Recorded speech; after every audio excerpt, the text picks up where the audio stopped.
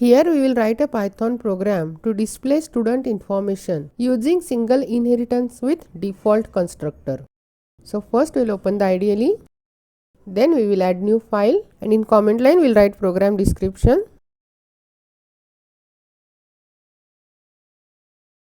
So first we will define class student.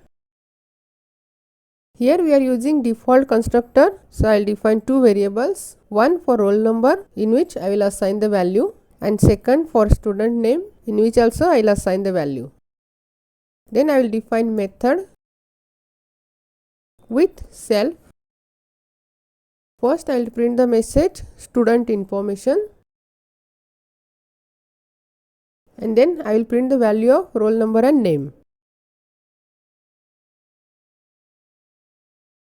Here I will define another class student info, and I will inherit the class student.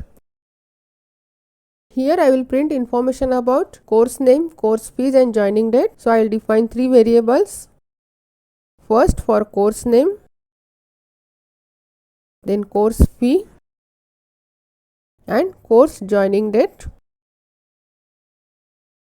Then I will define method display1 with self, and first I will call the method display from the super class.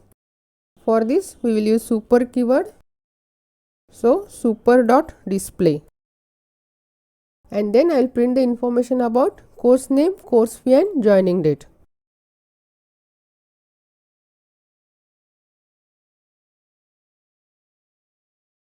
Then we will create object of our class student info,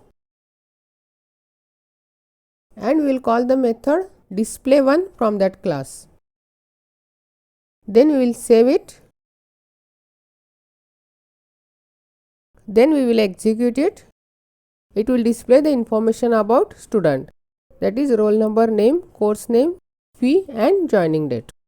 Here first we have defined the class student, then we have defined another class student info which inherits the class student. Inside the child class we have called the method display from the base class.